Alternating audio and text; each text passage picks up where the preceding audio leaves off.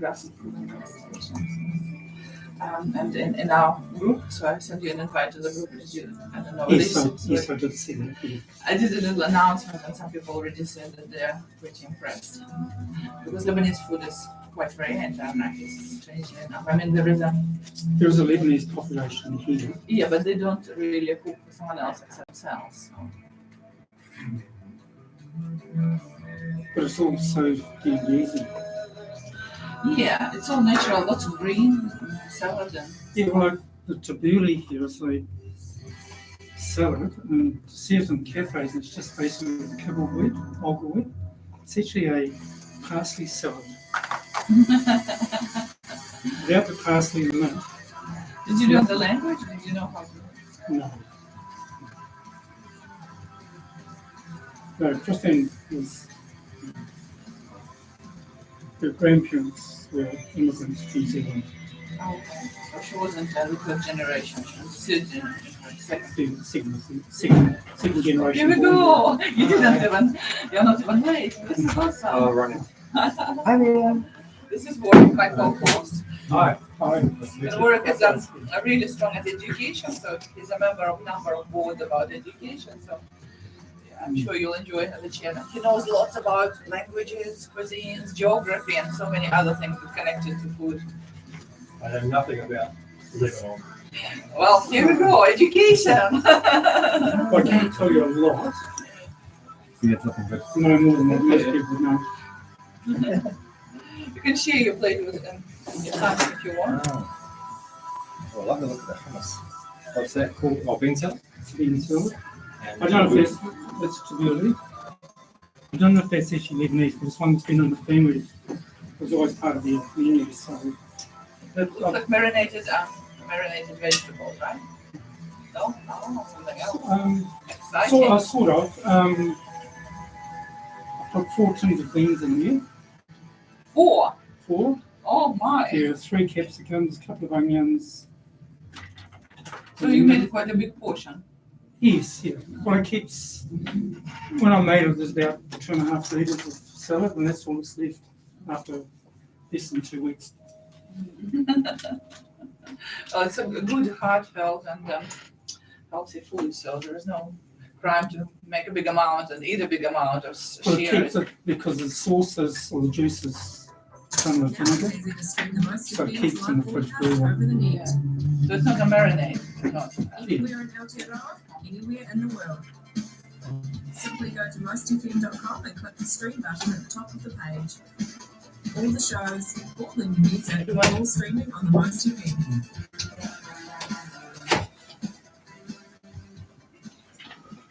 Easy Corrosion Services are the specialists in providing protective coatings and corrosion management for the industrial and marine sector. You can find us in Plymouth on 37 Elliott Street or online at www.corrosion.com. Actually throw this one around to you. Easy Corrosion Services, leading the fight against corrosion. Known Unknown is now open Thursday, Friday and Saturday from midday till 6 p.m. We make fruit forward fun, fried exclusive wines and refreshing ciders. Our new winery also produces a delightful deli selling delicious foods that go with our 25 wines. The world of wine can be a little twist, but we are dedicated to making wine fun, approachable and accessible. Pocket of my Our bag, I cellar think door we should and grab deli it. are It's a now red one. open at 1A Davidson Street in Plymouth. You I don't can know where I also put find us mine. online at knownunknown.com.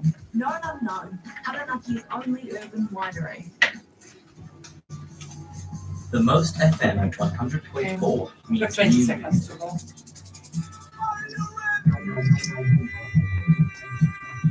Welcome to Taranaki Foodies with Area 41. The tastiest food show on Most FM. Hello. Welcome to Taranaki Foodies with Area 41, the tastiest food show on the Most FM. We love to talk about food, hospitality, and gardening in our beautiful Taranaki. And of course, about people who are involved in all of the above. And also, of course, about music. We are Olina Williams and Warwick Foy, your local foodies and the Most FM broadcasters. We have a recording happening in the studio today. You can see it on Facebook group page. Look for Taranaki Foodies with Area 41 and join in if you like to peek behind the scenes. And our videographers today are Olifoy and Nathan Griffith. And our guest today is very exciting. I'm so excited about our guest. He's Laurie Jordan, Lebanese cuisine aficionado and an all-rounder good man. Hello, Laurie. Hi. We're going to listen to your first song that you have chosen. It's Sweet Caroline by Neil Diamond. So we have a little like a game with Warwick. Sometimes I put music on and he tries to guess what sort of person is coming to the show without knowing. So music is very descriptive about the personality that comes. So you have chosen kind of a very I don't know how to describe it. Is there a word that one word that can describe all the music choices? How would you describe it, Laurie? It's a mixture. Mixture, fusion, like food, right? Yeah. But all linked to the history. Your wife who has Lebanese ancestry, right? She was. Yeah. Yeah. Awesome. I'm sure we're going to have amazing stories about her cooking, being in the kitchen, and you learning, because obviously no one is born with the knowledge of Lebanese cuisines. And it's fun trying things. Yeah. So Warwick is the person who leads the movement, which is called Ramen Life in Taranaki. But I've noticed that recently he doesn't post much about ramen. He just posts about food in general. So maybe next time his group will be tabbouleh. Who knows? Tabbouleh. I haven't had ramen for ages. Oh, maybe last weekend. Well, it may be because you diversify. Yeah. I'm getting more into my barbecue. You have barbecue. It is a perfect meat dish. For barbecue? Yes, very, very fragrant, isn't it? With all the spices you use. I feel like I should try it. Are we trying? Yes, we are. You can use Ole's plate because I brought only 2 plates. Oh, okay. But also, Laura has the same meat in an oven. Yeah, so make it. Yeah. We will take them out after the second song started to play. Yeah, it's almost like a kebab, but it's not a kebab. It's like little round things, slightly rissoles. I think the closest. These are rissoles. Last night I took some I made. When I made these, I did some patties, some burger patty type things. Yeah. And when Christine cooked it, she used to do it on a big slab. Okay. On a big slab of. Just a big cake type thing. Okay. Oh, I was just using this. Oh my God. Yeah, tasting food is the best part of the radio show because sometimes we can taste something that is not available for general public, and this is a privilege, and this is a huge privilege. Well, everything here is just accessed either from the supermarket or the garden. Awesome. Can you come closer to the microphone? You need to be about 30 centimeters away from it, so, which is great. Yeah, and that's also another thing that I like about Taranaki. Everything can grow in our gardens, and can grow to such a quality. Like, for example, carrot here is like a fruit. It's so tasty, so sweet. Welcome back to Taranaki Foodies with Area 41. It is us, Alina Williams, Warwick Foy, and our amazing guest, Laurie Jordan, Lebanese cuisine aficionado, businessman, and all-round good person. So we just listened to Sweet Caroline by Neil Diamond, and this was the first choice of song by Laurie. Laurie, can you please explain why did you choose this song? Goes back to my connection to the food, and it was Christine's, my wife's favourite song. So for those who don't know Laurie, Christine is Laurie's wife who had Lebanese ancestry. She was the second generation Lebanese in New Zealand, and she's gone now. How long she's gone? Next month will be 4 years. 4 years. Are you over it, or it still hurts? Does it still hurt? All right. So her favorite song was Sweet Caroline, and you cook today, brought to the studio some Lebanese cuisine, and it's amazing. It's like 5 different dishes on the plate, and sometimes restaurants come and we don't have such a variety, such abundance. And obviously you were not born with the knowledge of Lebanese cuisine. So how did you learn to cook? Christine used to always cook it for ourselves and the family, so it was always part of her family's dining. And when she died, I just had to learn to cook. Oh, wow. And chose to, Yeah. like all of our kids, cook Lebanese. So why can't I? So you must have over the years, you weren't planning for this, obviously, No. but you must have just absorbed a lot in what you Well, saw and what you. What I ate. When I grew up, I was on a very basic diet, meat and 3 veg. When I met Christine, I was introduced to the food that her family had. It was like just an amazing new world. Revelation. Suddenly it would be exciting. So it's quite interesting how kids sometimes pick up or do not pick up the ancestral food or things like that. So and she was the second generation as well. Some people already lose that, right? So did she have this big feast at home where everyone was taking, or was it like everyone was served a portion like Kiwis do? No, for example, Christmas time would just be big bowls on the table and Same as Russians do. help yourself. And Yeah. we just always made sure our kids ate different foods, were introduced to different foods, and this was always a staple. Mm. So what is the main cross-cultural differences maybe that she came across apart from food? Did she have any problems or she was already quite integrated? No, she was born and bred in New Plymouth and educated here, so she was, to her, she was a New Zealander. Well, my friend from Islamic community said that Lebanese cuisine is the best cuisine in the Middle East. And I would argue. I would argue. So tell me, are you part of Islamic community of Taranaki? No. Christine, the background was that her grandparents immigrated from Lebanon. They arrived here in 1914. That was to get away from the persecution by the Ottoman Empire. Oh, wow. A bit of a history, isn't it? Yes, so it was stay there and likely die or making your life. So that's Christian on Muslim conflict. Yes.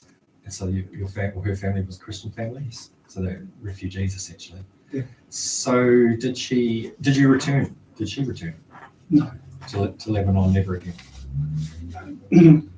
Something we talked about doing, but So in the new life, everything is here, home is here, so I can understand that. I think I think she would have liked to have gone back. I know her uncles went back, and we did travel, so it was always there as a possibility. I've been to the Middle East, but I haven't been to Lebanon. But I think New Zealanders would have a rather negative perception of Lebanon because all we've ever seen is Beirut getting bombed. Yeah. But I'm sure there's so much more than that, and I'd love to know what the positive things are about the country. Well, to be honest, I don't know much about the country myself. I know the family came from the hills where the cedar trees grow, northern part of the country. So that's away from Beirut, away from the conflict. My friends who traveled and live in the Middle East, they say that when you go to Lebanon market, you'll see huge stalls full of greens. So basically it's like parsley and some other greens, and people don't buy it by small bundles, they buy it like by kilograms. And this is something that is incorporated in any food intake. Well, the tabbouleh there is a classic case in point. As I said earlier, before we went on here, there's bulgur wheat in there, and you see it in cafes, and it's often just a bulgur wheat with a little splash of green. It's actually parsley salad. Yeah, I hear what you're saying. Yeah, we do it the wrong way around here. Yes, so that has parsley and mint in it, and without those in decent quantities, it's nothing. I would like to confess why I invited you. The reason is that I've heard your story. You had a speech, and I've heard your story that you were in business for a long time. So you owned still part of the accountancy company, quite well known in Taranaki, and then you were out of action for several years, and your workers, your employees, still kept running for 3 years, and one of them actually was so dedicated that he opened a new subsidiary for you while you were out of action. And I was thinking, how good you're supposed to be that people didn't betray you, didn't leave you, they just kept running, keep doing your job. Yeah, but to just correct one thing, I did have a branch office in Stratford, so it was open prior to Christine getting sick. But when she got sick, I simply went home and looked after her the best I could. Mm. This is something amazing that when people can do it, and I always admire it because it means that you would never be kind of on your own with the disease or with the hardship that you are actually going to experience. And having a partner for life is something that, I don't know, some species in the nature have, and we always admire this as well.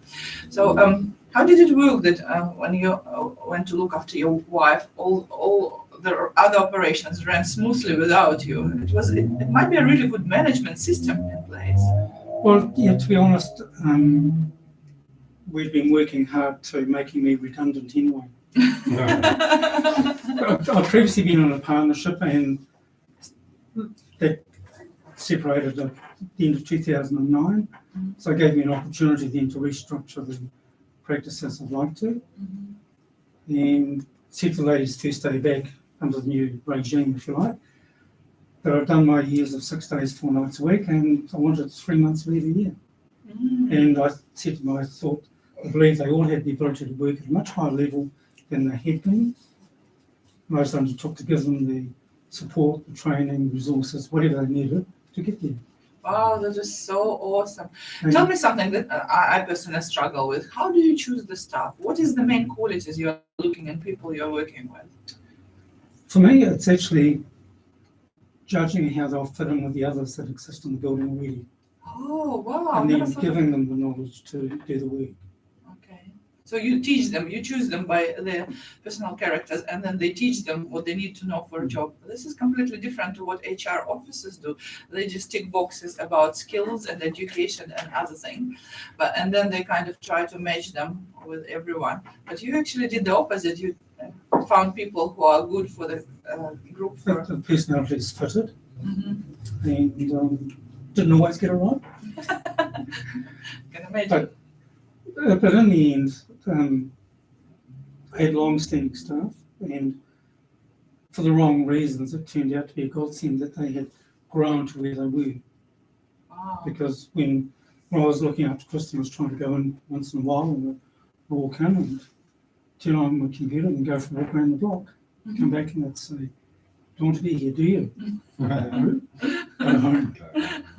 Well, it's amazing that people around you allow you to do it and had respect, not to challenge you your position or your knowledge or something like that. Because when you see a Hollywood movie, that's the person shows a moment of weakness. They are out. The corporation just get rid of them. And I'm so glad that we live in a society that doesn't do that, and we're still humans, whatever our role in a company is. Are you of the era when you trained in a workplace, or did you attend university? I was working. I'm one of those that had several career changes over my life, but I did my studies through the local polytech, as it was in Lebanese, and by correspondence. So was married, had children, was playing sport and studying. You said that you had a career change in your life. What were you at the very beginning? I started off working in a bank, Okay. the old Bank of New South Wales as it was, forerunner to Westpac. And after 2 years, they transferred me to Carl in Bay of Islands. Lovely place, but I was dating Kristen by then. So I finished up coming back to New Plymouth and working in the cool stores down at the port. How did you meet? We were both in a youth group at the Catholic Church. I was new to town and she hadn't long left school either. So we were just in this big group and over time got to know each other. Don't we love to hear stories when people are together for a long time and for a right reason, right? It's amazing. What makes you heart singing at the moment, at this particular stage of your life? What makes you happy? Not having to go to work every day. I'm getting old and getting over it. Where the work I was doing for so long was taking on other people's problems and trying to find answers. But it was interesting because a lot of my clients have become very close friends. Oh. So would you say you were doing more business advising than accounting, mostly? In the end, yes. For a long time, it was a focus on doing annual accounts, tax returns. But once I had the practice of my own, there was no partners, it was easy to transition to the advisory to the end where It's years since I've done a journal entry or any data entry or So you're actually a man ahead of your time because we all know zero, MyOb, and all those other things have changed the way accounting is practiced now. yes and no, because to me a computer is like you put your data onto a washing machine, it gets jumbled all around and spit out the other end. If you don't know what you're putting in and what you should get out the other end, you don't know what's right and what's wrong. Double checking. Is there a case, it's an interesting point to raise, is there a case for business advisors or accountants to unpick all the damage that's been done by someone with zero thinking they know what they're doing and actually don't? When it happens, we often would scrap the processing, just take the raw material and start again. Interesting. But it's easier, quicker and easier and cheaper for the client. I suggest to do something that makes our heart sing, and it's music. And this is a beautiful piece of music that you have chosen. It's Unchained Melody by Writers Brothers. Let's listen. Wow. Did you have daughters, or have you got daughters? One, One daughter. Did she go to Sacred Heart? yes. What's her name? Sarah, Sarah Jordan. yes. What era was she? I've only been there. Oh, she was born in 78.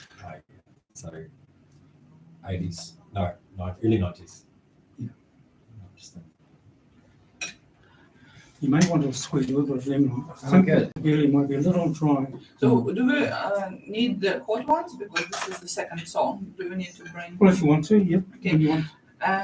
Ole, can you please go? There is an oven when you enter the kitchen. It's on the right side. And in the oven, there is something wrapped in the foil. So put it on a plate so you wouldn't burn your hands. And Take it out of the oven. yeah. Switch the oven off if you guess how to. But I imagine that you're a very clever person, so you would know how to. So the background to this song is that it was one that Christina always said was our song. Oh, yours.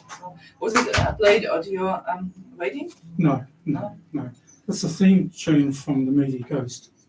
Oh, okay. Yes. Yes. So, Demi Moore and Patrick Swayze and Whoopi Goldberg. It's been in a few films. It was in a Tom Cruise film, Top Gun. I think it's in Top Gun.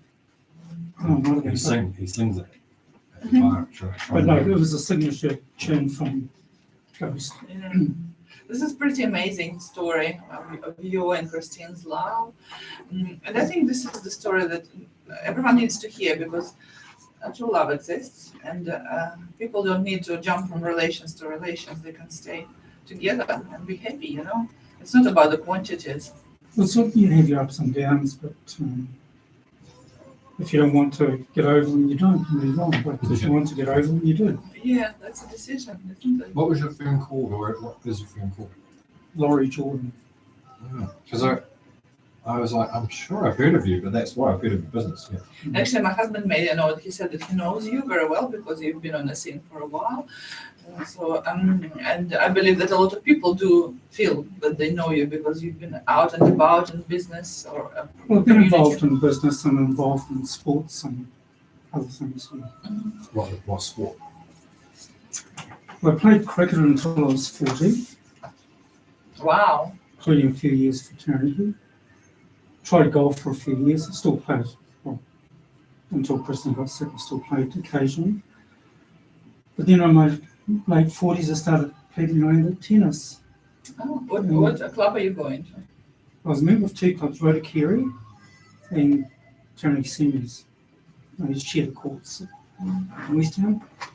And I actually ended up, made my debut at Surf Cup, the A1 level, at age 58. Wow. Wow. So I was still playing that level. I stopped in Christmas 2015, because it just before Christmas got sick. That's why you're so active because you're always doing something. You're not lazy. I think it's another thing that people need to do, and that laziness actually makes you aging. But if you're active and do Public stuff. fitness kept me alive in 2016. Welcome back to Taranaki Foodies with Area 41. We are Alina Williams, we're local foodies and broadcasters. And we have another amazing local foodie as our guest. It's Lori Judo, Lebanese cuisine aficionado, tennis player, and also the company owner, the businessman. And we just listened to a wonderful song which called Unchained Melody. And this song was devoted to his late wife, Christine. So it's an exciting time in the studio. We're trying Lori's food, and I would ask Lori to tell us what sort of food he brought us, and just maybe describe how you eat it, with what you eat it, and how they combine all together. Yeah, happy to do that. First of all, I'm no longer the business owner. Okay. Well, my name's still on the firm. I used to be the cock rooster on the place. Now I'm the feather duster that's rapidly losing its plumage. So what you're trying here today is just put out some hot kibbe, and there's some cold kibbe that I cooked last night. Really cool. For those who don't see us on Facebook, it looks like rissoles, like slightly very plump ones. Yeah, I've done these as small rissoles. Last night I had some done as a beef patty size. If it's finger food, I'd make them even smaller. And you can also cook them in the dish in a big sleeve. Lovely hot, but it's equally nice cold. Especially on a hot day like that. So Lebanese food is very fragrant. What sort of spices did you use with the kofti? Is it called? Did you call it kibbe? The ingredients are mince. It's meant to be lamb, but I use beef mince. Kibble wheat. There is some onion, pine nuts, cinnamon, cinnamon, salt, and pepper. I think that's all. I rushed out and left all my recipes behind, so just remember. But it's a lovely thing to have on a barbecue. Well, it's accompanied by two salads. One looks like marinated vegetables, and another has a beautiful combination of some grains and greens. So tell us what's the grain one is tabbouleh. It's actually a parsley salad that has kibbled wheat, which is you just soak in water and then drain it. So you don't really boil it, you just don't cook it. No. Okay. It's actually a good substitute for rice. Just soak it, drain it, and then. How long do you usually soak it for? Oh, about 10 minutes. Oh, that's fast. Okay, so it's not like overnight. Can everyone not eat the bean salad? Because I want to take that home for tea. So in being a parsley salad, there's about 3/4 cup of parsley, the same amount of mint, some spring onions, and a couple of tomatoes. Oh, just chopped in, and you chill it. It's much better chilled. You add some lemon juice to it to get acidity and freshness, right? Yeah. So what's the other one, which looks like marinated vegetables? It's actually a bean salad. It's very easy to make. I've got 4 tins of beans in there. The basic bean is red kidney beans. I add like the butter beans, there's cannoli beans, and another tin which had a 4-bean mixture in it. Oh. So you just dip them in a sieve and wash them under cold water. There's a couple of onions, and I've put 3 different coloured capsicums in there. And the sauce is, from memory, a cup of vinegar, a cup of sugar, and about a tablespoon, I think, of salt. Classical marinade, that's what they told us in And Russia. bring that to the boil, let it cool, pour it over the vegetables. Is it white wine vinegar? I normally use malt. Oh, awesome. And it's just, and it keeps a long time in the fridge with the vinegar. And again, both those salads are lovely, refreshing. Good with the meat, because meat has a little bit of a kind of a density and some fatness, but this one kind of cuts through all this. Yeah, the tabbouleh, I think, for me is a little bit dry, so I put half lemon if I want to squeeze some on, just to give it that lift. I've eaten a lot of hummus in my time from a lot of different cooks and chefs and home cooks, and I have to say that yours is right up there. It's delicious because it's got you use olive oil or some kind of oil, salt, tahini, and chickpeas, but different people use them in different proportions, and it makes a big difference in the Absolutely. outcome. Yeah. Well, it's sort of flying by the seat of your pants. I put the kitchen was the chickpeas and the olive oil. I was going to put an additional thing. Shit, I haven't put any tahini in there, so I didn't really just skip some out of the jar and threw it in, gave it another put. And That's awesome. And what is this in another container? It looks like pieces of bread dried. yeah, normally I would get a pita bread pocket and open it and slice it in half, coat it with olive oil, which is what I've done here. This is a couple of old Turkish buns Oh, from the right. supermarket. So I just coated them with olive oil and give them a heavy sprinkle of garlic and herb salt. Oh, wow. That sounds And really that's cool. what I put on. What is the best drink for to accompany best wine, I suppose, because it sounds very It's all delicious. Mediterranean food, so if you're a wine drinker, I'd probably go an Italian Pinot Grigio. Mhm. And again, red, which I do prefer, is I'd probably go again an Italian wine, like Chianti, Montepulciano, or Sangiovese. So something lighter. Medium-bodied wine. Yeah. I think I'm not a wine expert. I'm happy to say that, but a lot of New Zealanders like me drink your sort of Shiraz, Syrah, Cab Sav quite heavy, and we don't even ever try the medium-bodied or lighter-bodied wines. And there's a whole world out there. There's a whole world out there. But again, that's been another sort of journey I've been on over the years that with Christine, and it's fun trying new wines.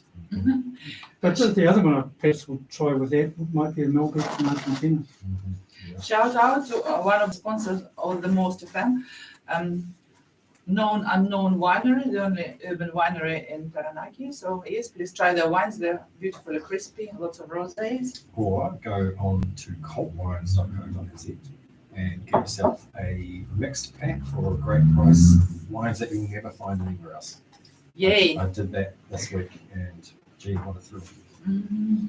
So you cooked traditional Lebanese dishes today, Lori. Did you have any difficulties to source certain ingredients or spices or herbs? No, absolutely not. Mm-hmm. One or two of them, like the mint and the parsley out of the garden fresh yesterday, lemon off my tree, but the others, it's just all standard supermarket product. What's your favorite Lebanese dish? Probably go to kibbeh. Yes, meaty. Meaty.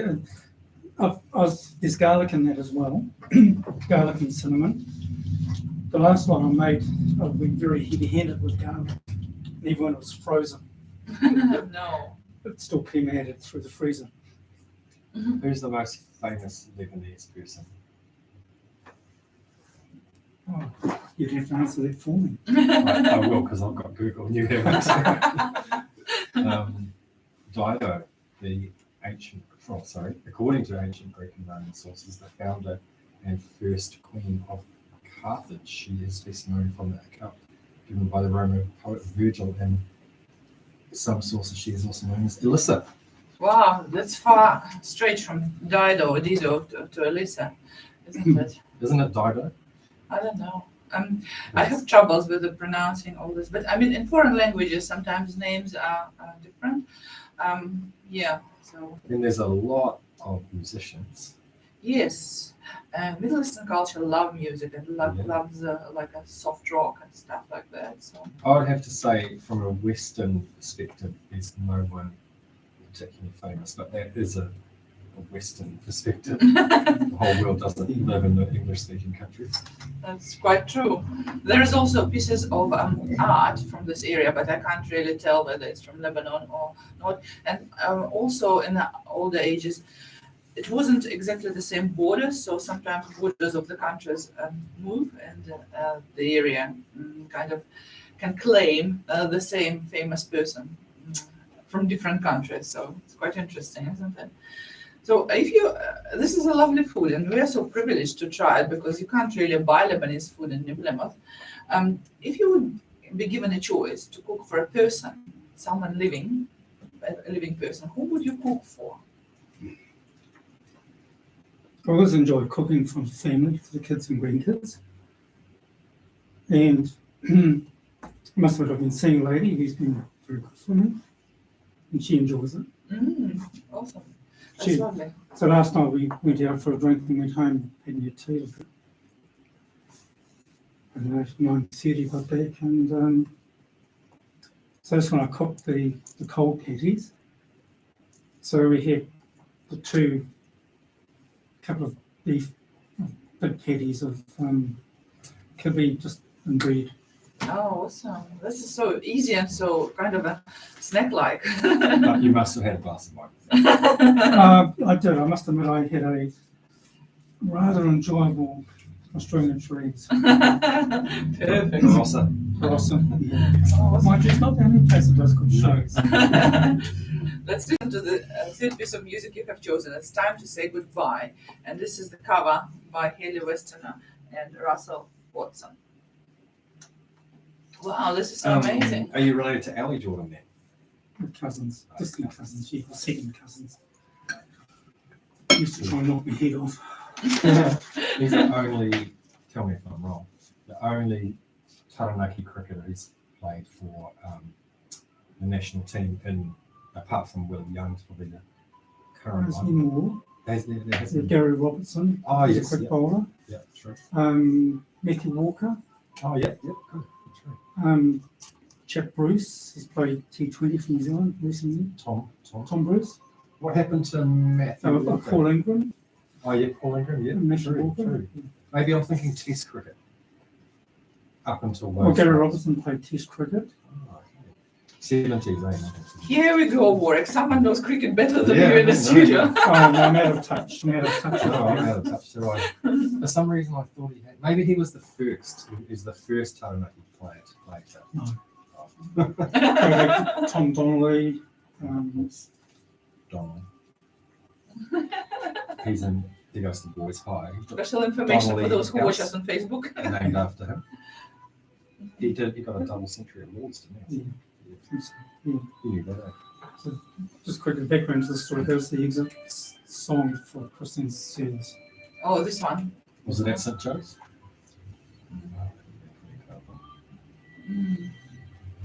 Who took it? Father Tom. No, Simon. Father Simon. Oh, the boss. Father Simon is notorious. We're on the He air, knows by your the way. name. He knows your name. It was pretty much a full house, so I think he's did well. It was a pretty awesome send off. Who did the eulogy, if you don't mind me asking? A close friend? We had 4 kids, our 4 children all spoke, and probably Christine's best friend, Trish Bartlett. Oh, yeah, I know her. I know her. Oh, really? Yeah, I told her kids. One of them, yeah. She lost a son, eh? Yeah. Yeah, Christmas so time it's a 2 years ago. small place, isn't it? And then a friend, David Wollaston from Taiko, Oh, yeah.